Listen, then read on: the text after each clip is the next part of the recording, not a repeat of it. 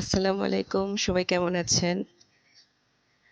কয়েকদিন পর আপনাদের মাঝে আবার ফিরে আসলাম একটা ছোট্ট ভিডিও নিয়ে। ভিডিওটা চাইলে সকাল থেকে শুরু করতে পারতাম, কিন্তু করা হয়নি। সকালে উঠে সকালের নাস্তা করলাম, ছেলেকে খাওয়ালাম, নিজে খেলাম। চা-টা খেয়ে কাজের মেয়ের জন্য কিছুক্ষণ ওয়েট করলাম যে আসে কিনা দেখি। দেখি তার কোনো খবর নাই এবং যথারীতি সে আজকে আর আসেনি। সুতরাং আজকে কাটা-বাছা থেকে শুরু করে সবই নিজেদের করতে হয়েছে। মুরগির মাংস কেটে ধুয়ে আগেই ম্যারিনেট করে রেখেছিলাম। আর মাংসের মধ্যে আমি আলুটাকে একটু ভেজে নিই, সেটাই ওই পাশের ফ্রাই প্যানে আলুটা ভেজে রেখেছি। আর এই তো মাংসটার মধ্যে যদিও আগের থেকে কিছু মশলা আমি আগেই ম্যারিনেশনের সময় দিয়েছিলাম। এখন আবার মশলা দিয়ে দিব। আদা বাটা, রসুন বাটা, পেঁয়াজ বাটা, ধনে গুঁড়া, জিরে গুঁড়া, হলুদ এবং মরিচের গুঁড়া সবই দিয়ে দিব, লবণ পরিমাণ মতো দিয়ে মাংসটাকে অনেকক্ষণ ধরে ভাজবো তেলের ভিতরে। একেক দিন আমি একেক রকম করে রান্না করি। এর আগের দিনে গত শুক্রবারে ভিডিওটা শেয়ার করিনি, ওটা একদম পেঁয়াজ মেখে দিয়ে রান্না করেছিলাম, মানে হাত দিয়ে মেখে। আজকে আবার একটু অন্যভাবে করছি, একেক দিন একেক রকম করে করি। কোনো নির্দিষ্ট রুলস আমার নাই, আমার যা মন চায় আমি সেভাবে রান্না করি নিজের মতো করে। তো এই হচ্ছে অবস্থা।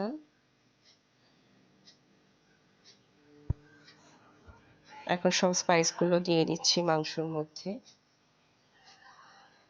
আজকের রেসিপিতে তেমন কিছুই নেই, ডাল রান্না করে নিয়েছি আগেই, ভাত, মিষ্টি কুমড়া ভাজি আর হচ্ছে মুরগির মাংস।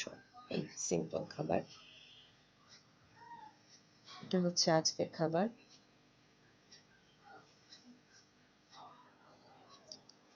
স্পাইসগুলো দিয়ে এখন অনেকক্ষণ ভাজবো।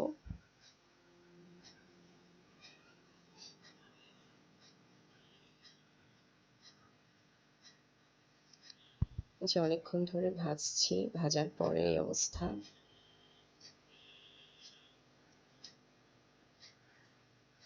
ছেলের পরীক্ষা শুরু হয়ে যাচ্ছে, কাজেই এদিকে ওর বাবা অসুস্থ, তার জ্বর, ঠান্ডা, কাশি, যার জন্য বাসার অবস্থা খুব একটা ভালো না।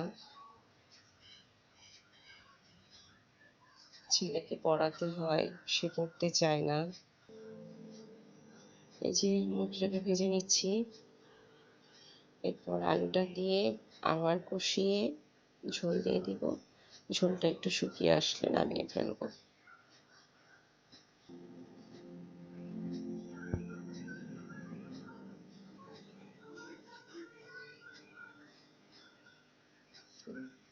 আলু দিয়ে দিয়েছি মাংসের ভিতরে, ভাজা আলু এগুলা। এদিক থেকে ভাত হচ্ছে,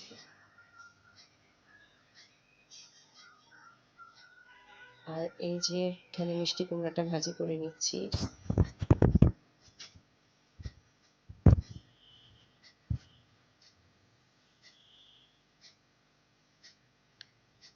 হয়ে এসেছে, এখন উপর থেকে ধনেপাতা দিয়ে নামিয়ে ফেলবো। এই তো আজকে রান্না বান্না দেখালাম।